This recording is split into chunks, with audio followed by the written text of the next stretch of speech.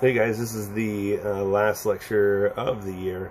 We're looking at renewable energy sources. Again, those are energy sources that can be replaced as quickly as they're used. We're not going to run out of these things. So we're talking about things like solar energy, wind energy, hydroelectric, things like that. Now, what I keep in mind is I am to share just personally, I'm a very financially conservative person, and so having 6 kids on a teacher salary, you have to be financially conservative. And so I appreciate that coal is cheap, and so I like that.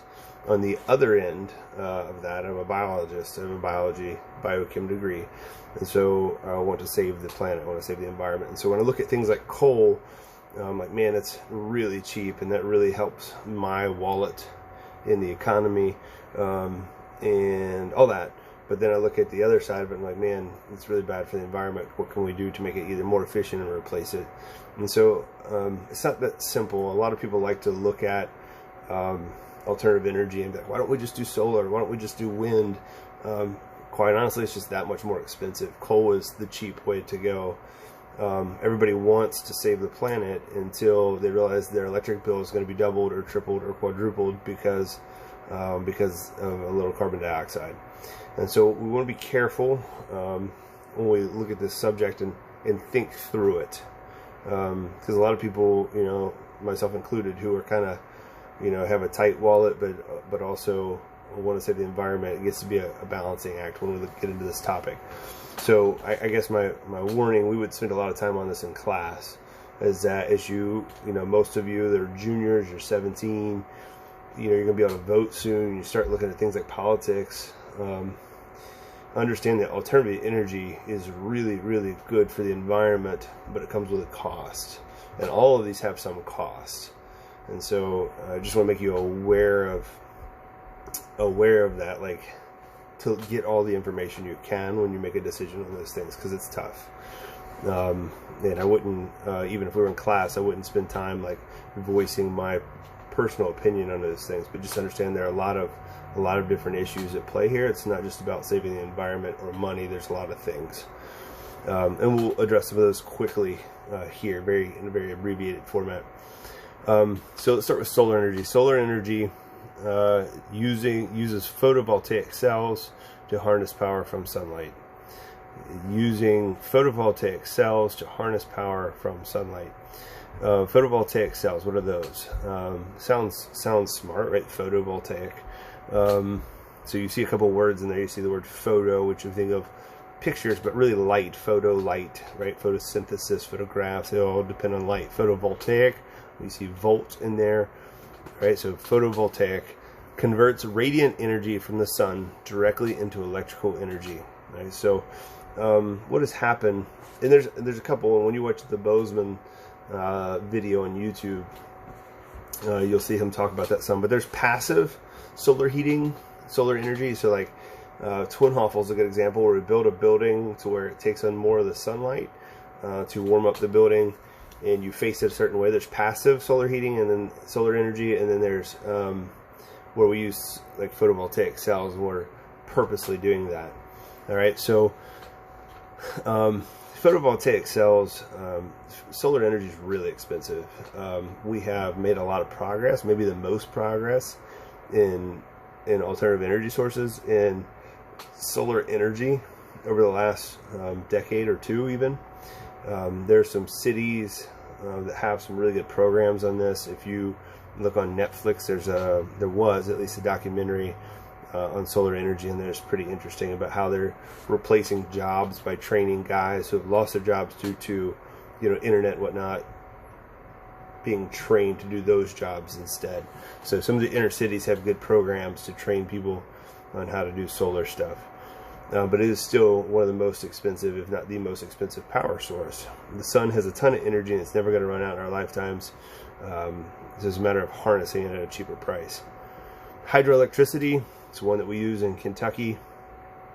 Electricity produced from the energy of moving water. And most of you are familiar with this, but water comes into a dam in a river, and it falls, and it turns the turbine, turns that potential energy into kinetic energy, and then it comes out the other side, comes out the bottom, and that turning the turbine produces electricity. Um, hydroelectricity has advantages and disadvantages. It's nearly twice as efficient as fossil fuels. Almost every part of the water that falls, we get to produce into energy, like electrical energy. So that's a big deal. We get a lot out of it. It's one of the reasons it's used a lot, because the rivers aren't drying up in most of the U.S. or most of the world. They are in some places, but it's not something we're really worried about here. But the disadvantages of hydroelectricity. Dams produce artificial lakes and disturb natural ecosystems. Now, we do certain things like make what we call fish ladders, ways for fish to swim upstream, things like salmon that need to go up and back, all right, up and down the stream in that way. But it really disrupts the natural environment. And so dams might look cool, they might produce a lot of electricity, they may produce cool lakes that are really useful in a lot of ways, but it really disrupts the natural ecosystem. So when we think of hydroelectric as a renewable energy source that doesn't burn stuff, and so it's not bad for the environment, that's partially true, but it is one of the most destructive as far as the initial cost of damming up a river, because you're really raising one side of the river and then dropping the other side and producing a backup or a lake. And so there's some negatives that come really just from the initial and how it disturbs the environment when you first do it.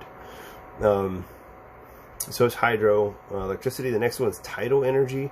It's one we're excuse me, it's one we're not as familiar with here in Kentucky. But tidal energy uses tides from the ocean or sea to turn turbines and generate electricity. And that's a very limited area. You really got to have constant tough waves coming in on the shore. You do see that some in the Northeast is a good place, an example. But that's tidal energy. Wind energy. Most of you have seen those giant windmills in Illinois or Indiana. I was driving through Toronto last year and saw a ton of them between Toronto and the border. Wind energy uses windmills with turbines turned by wind to produce electricity. It's really a relatively limited area where we can do that on a large scale. We usually call those wind scale farms, but you really got to have a really flat area with a lot of wind. So when we think of places like Chicago, we call Chicago the Windy City. It's a really windy area. It's really flat, and so it works well to have wind energy, but we couldn't just put that in Kentucky where we have a lot of hills. Wouldn't work out for us. What's becoming more popular is offshore wind farms. And we're seeing some of that in Northern Europe, where in the sea up above Europe, where they're putting offshore wind farms. So that's becoming more and more popular. There are some downsides to wind energy. One is really noisy for anybody that lives near them. It's really loud. Those turbines are really loud. Those big fans that are turning are really loud. A lot of problems with the bird populations and them killing birds. That's been a major issue. And so those are just some things that are drawbacks of those of that type of energy. The next one is geothermal. We got two left here. Geothermal energy. Geothermal, this is becoming really popular to use in our area for a single home. It's not something we do on a large scale. I know a couple people that have geothermal heating systems in their houses here in northern Kentucky now. A geothermal energy is using thermal energy and magma for energy to generate electricity. Basically, we dig deep down in the earth with a pipe of water or air or some other fluid to heat and release steam to turn a turbine. Now, works a little different depending on if it's your home or large scale. This is how Iceland powers a lot of their country. You see it a lot in places that are volcanic in nature. There's easy access to earth energy. And so places that are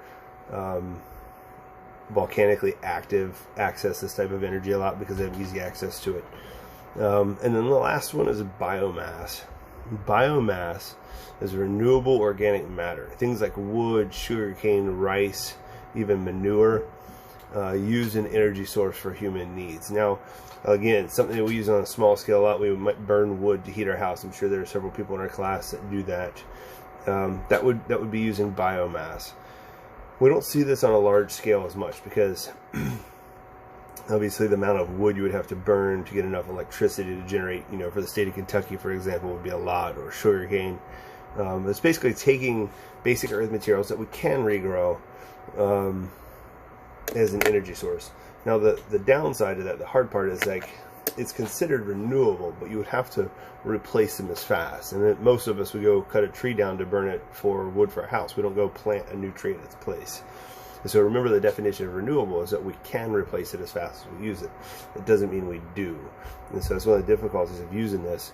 Some of you guys are used to hearing terms like biodiesel and things like that. And it's a matter of like, are we really reproducing it as fast as we use it? And most of the time the answer is no, but we could, and that's why it's considered renewable.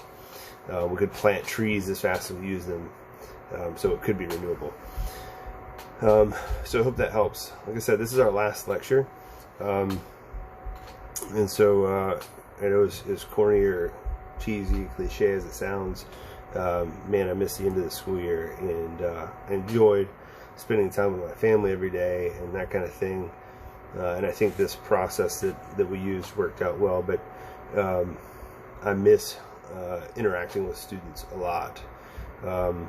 So the few seniors that I have, Godspeed. Good luck on your endeavors. Don't be a stranger. As far as I know, you're all staying local. Don't be afraid to stop in, or most of you know where I live. Stop by the driveway and say hi or whatever. I'm not kidding. For juniors, enjoy your summer and look forward to seeing you back next year. Don't hesitate to reach out if you have questions or anything. I will talk to you later.